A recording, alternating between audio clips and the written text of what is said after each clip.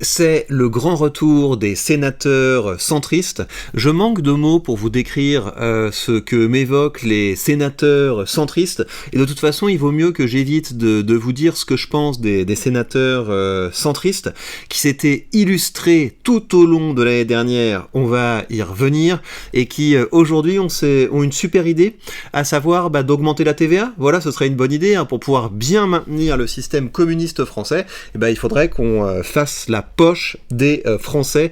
Excellente idée. Donc vraiment, si je développais ce que je pense des sénateurs centristes, je pense que ça impliquerait du piment et du verre pilé, mais je vais donc pas développer plus que ça. Je vais plutôt vous rappeler l'excellente année 2024 des sénateurs centristes. Donc je vous rappelle qu'en début d'année 2024, les sénateurs s'octroient une augmentation de 300 €. Pourquoi pas, de toute façon c'est Nicolas qui paye, donc on pourrait très bien s'augmenter notre salaire. Et puis ces sénateurs centristes, et c'est peut-être lui, je me souviens plus bien, qui proposait de nous faire travailler un jour gratuitement, puis 2 jours gratuitement au nom de la solidarité, vous voyez, parce que la solidarité en France, ça veut dire les gens utiles payent pour les gens inutiles. C'est ça la solidarité en France, et donc pourquoi pas pourquoi pas rétablir l'esclavage en nous faisant travailler gratuitement. De toute façon, en France, si vous êtes un Français de valeur, vous travaillez de janvier à août pour financer l'État. C'est ça que vous faites de janvier à août, et donc ça veut dire que vous financez l'augmentation de salaire de bons, gentils sénateurs centristes,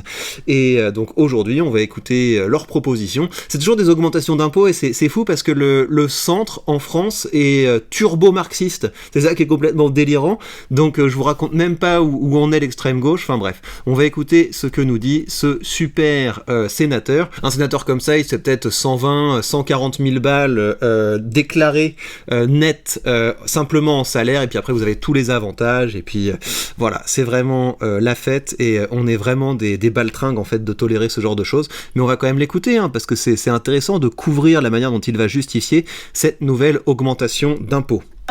Je vais aborder tout de suite la question qui fait l'actualité économique, financière et politique de cette semaine et probablement des mois à venir. Je veux parler du projet, des esquisses de budget. Il y a les recettes et les dépenses. En matière de recettes, c'est-à-dire en matière d'impôts, est-ce que vous êtes plutôt du côté d'Éric Lombard qui envisage certaines augmentations d'impôts ou pérennisation d'augmentations d'impôts ou pas ?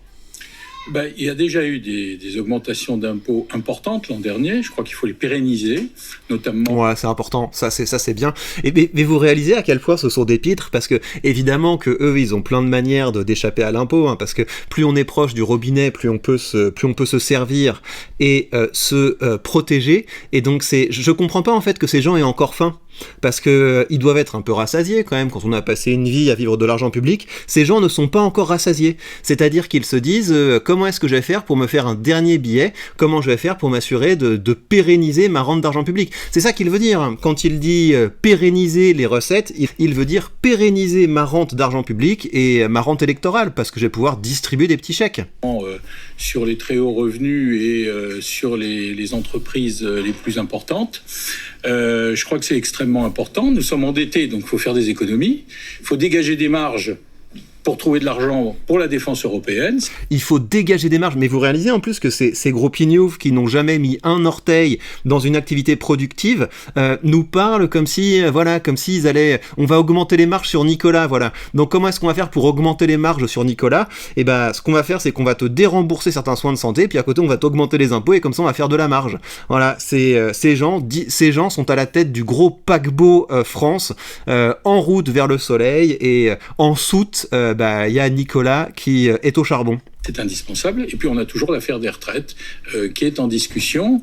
Donc ça promet pour l'automne, ça va être une zone à haut risque pour le gouvernement. Ouais, pour Nicolas, pour tout ça, mais nous ça va en fait, on est bien, on va pouvoir continuer à se faire des petites bouffes aux frais du contribuable, on est bien. Mais vraiment, je ne comprends pas qu'on soit aussi... Et puis vous savez, là on va rentrer dans la saison des grèves, c'est-à-dire qu'on va vous faire croire pendant des semaines que les gens qui sont vraiment en colère, c'est les cheminots, la SNCF est pas contente, la SNCF pose ses jours de grève pour pouvoir faire le pont, peut-être que les profs aussi, l'éducation nationale est en colère, les fonctionnaires sont en colère, tout le monde est très très très en colère, donc n'oubliez pas que tout le monde est très très très en colère, alors que tous ces gens ne sont que des ponctionnaires. Et pour nous, au Parlement, ça va être la nécessité de soutenir l'action du gouvernement et de trouver des marges. L'action du gouvernement, on ne sait pas encore quel axe elle va prendre, donc vous ne seriez pas contre une pérennisation de certaines augmentations d'impôts, ça c'est une chose, c'est pas le cas de tous les élus du socle commun. Et en matière d'économie, une seule question, parce qu'on va pas décliner toutes les économies possibles. Alors on va regarder, parce que jusqu'à présent, toutes les personnes que j'ai entendues, quand on leur demande de parler d'économie, ils sont très prudents, parce que qui dit faire des économies dit risquer de se braquer un petit peu de leur cheptel électoral. Et donc ils disent non mais moi je ne suis pas pour faire des économies à tout va, en fait il faut regarder la situation dans sa globalité, et donc aucune personne n'ose se mouiller en termes d'économie, parce que la première personne qui commence à dire on va faire des économies là-dessus, bah ses petits camarades peuvent dire regardez c'est lui le méchant, c'est moi qui vais vous apporter les frites à la cantine à partir de maintenant. Le Sénat et la Chambre des territoires, l'Assemblée des territoires, on sait que les collectivités locales vont être sollicitées. Est-ce que vous pensez que c'est justifié que les mairies, les départements, les communautés de mairies également, les agglomérations, fassent des économies? Écoutez, je pense qu'il faut regarder la situation au cas par cas. Sur leur budget, notamment de fonctionnement. Il faudra sûrement faire encore des économies, mais pas sur les départements, non. Parce que c'est le social. Vous avez vu, ils commencent par défendre leur cheptel. Donc on va pas toucher à mon cheptel d'ici, mais par contre, certaines autres personnes que moi devront s'engager pour des économies. Enfin, vous réalisez un peu le cirque, et après on s'étonne que la France fasse faillite, et c'est pour ça que ça m'énerve. Vous savez, quand je vois dans les commentaires les gens qui arrivent en mode ouais, Frexit, vous êtes complètement débiles les mecs. Le problème c'est la France qui est un cancer pour l'Europe, c'est la France qui est un cancer pour le monde, parce qu'on est le phare du communisme, le phare du socialisme, et la seule chose qu'il faudrait faire pour sauver un petit peu le pays, c'est de nous dégauchiser. Donc arrêtez de rejeter la faute sur les autres, arrêtez de rejeter la faute sur Bruxelles, arrêtez de jeter la faute sur l'euro, arrêtez de rejeter la faute sur les étrangers. Le problème c'est ça, le problème c'est notre ADN gauchiste, c'est ça qu'il faut combattre. 1% des départements n'arrivent pas à boucler leur budget annuel, il faudra trouver des solutions. Je crois qu'il y a d'autres solutions possibles, en particulier par exemple année blanche, c'est-à-dire ne pas impacter l'inflation sur l'ensemble de ce qui est relevé chaque année. On peut trouver entre 10 et 15 milliards d'économies. Et puis, chaque année, nous relançons le débat de la TVA. Pourquoi ne pas augmenter la TVA sur les produits qui sont déjà affectés d'une TVA à 20%, c'est-à-dire que ce n'est pas des produits de première nécessité.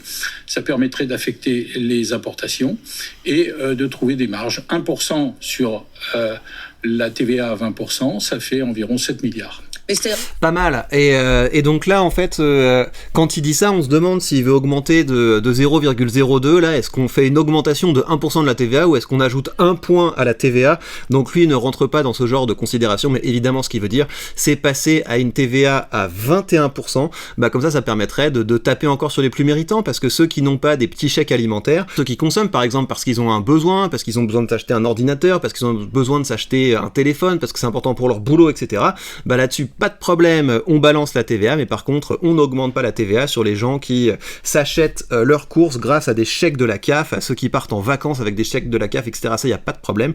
Par contre, les Français qui payent pour tout ça, et bah ça, on les éclate avec un petit peu de TVA supplémentaire. Ces gens sont complètement timbré, il n'y aura pas de baisse de la dépense en France, par contre il y aura des hausses d'impôts, et bah voilà, on va rentrer vraiment dans la phase où ça va être très intéressant, parce que ensuite tous les médias vont rentrer dans la phase il y a une grogne sociale, et des fois je vous assure que j'ai l'impression de devenir fou, parce que quand je regarde les chiffres, je vois que tout augmente, le RSA augmente, le nombre de fonctionnaires augmente, les chèques vacances augmentent, les chèques rentrées augmentent, les primes de Noël de je sais pas quoi augmentent, les APL augmentent, toute la dépense sociale augmente, et dans le même temps, bah là on va rentrer dans la phase où les médias vont nous dire oui, les services publics sont à l'os, etc. Il y a de la grogne sociale en France, donc le budget d'austérité, on n'en veut plus, il faut augmenter les impôts. Ce pays est complètement flingué, les amis, c'est vraiment n'importe quoi. Vous êtes, pardonnez-moi, vous êtes pour une augmentation de la TVA sur certains produits qui ne sont pas de première nécessité. C'est ça que vous demandez. Oui, mais ça fait polémique, ça. Vous êtes pour une augmentation de la TVA sélective, mais augmentation tout de même. Mais ça touche tout le monde. C'est-à-dire tout le monde, ça touche plutôt les revenus les plus modestes, qui sont très sensibles à une augmentation des prix. Non, parce que les plus modestes, ils sont subventionnés, donc ça va. Les Français ne payent pas d'impôts. Donc, faire des prélèvements à travers la TVA, c'est quelque chose de juste et de faible. C'est faible. C'est juste, augmenter c'est faible. de 1% une TVA à 20%, ça se voit pas. T'augmentes pas de 1% la TVA, pignouf, t'augmentes de 1 point la TVA, donc tu veux la faire passer à 21%, donc arrête de dire n'importe quoi. Extrêmement faible, et c'est une assiette très très large, et ça évite d'avoir à faire des débats sans fin sur on prend là ou on prend là. Donc, et la TVA sociale, c'est une idée ou pas? Ça peut être une idée, parce que ce sont des assiettes très larges, c'est-à-dire on prend un tout petit peu à plein de gens. Donc ça fait une assiette très large et on arrive à dégager des... Ouais, c'est ça. En fait, ce qui est fou, c'est que plus le pays sombre du collectivisme, plus les gens pensent que le collectivisme va les sauver. Donc c'est le genre de mesure qui va en fait sauver les fonctionnaires. Ça va sauver les fonctionnaires, ça va permettre de maintenir cet état vorace et kleptocrate, mais ça ne va évidemment pas améliorer votre condition. Donc on va se retrouver pendant... Ça va peut-être durer 5 ans, je pense, ce régime communiste. Et puis dans 5 ans, ça va peut-être franchement s'effondrer. Et là, ça commencera à devenir intéressant, mais en attendant on va continuer à documenter ces grosses pignoufries, mais je vous invite à être un maximum à dire haut et fort que toute personne qui aujourd'hui ne veut pas massivement baisser les impôts, ne veut pas massivement baisser la dépense publique est un communiste qui sera responsable de l'effondrement de la France. Donc je vous l'ai dit plein de fois, je continuerai à le répéter car je n'ai qu'une ligne en matière d'impôts, de taxes et de dépenses publiques, seules les baisses sont acceptables. Donc si vous êtes sur cette ligne, aidez-moi, soutenez-moi, parce que j'ai l'impression d'être vraiment très très seul. Là vous avez toutes les chaînes qui sont censées être de droite qui vous parlent de la foire du trône. Enfin, c'est vraiment... qu'est-ce que vous voulez que je vous dise de plus? Tout le monde fait dans le fait divers, et en attendant, on vous taxe toujours plus, et croyez bien que si vous n'aimez pas les racailles, dites-vous que c'est vos impôts, c'est les impôts des gens de valeur qui financent les racailles, et tant qu'on n'aura pas coupé le robinet d'alimentation du gauchisme, vous inquiétez pas qu'on continuera d'importer des racailles et d'entretenir des racailles. Je finis en vous appelant comme d'habitude vous aussi à dire les termes, ça peut devenir une activité rentable, mais pour que ça devienne rentable plus rapidement pour vous, premier lien sous cette vidéo, prenez bien soin de vous et à très vite.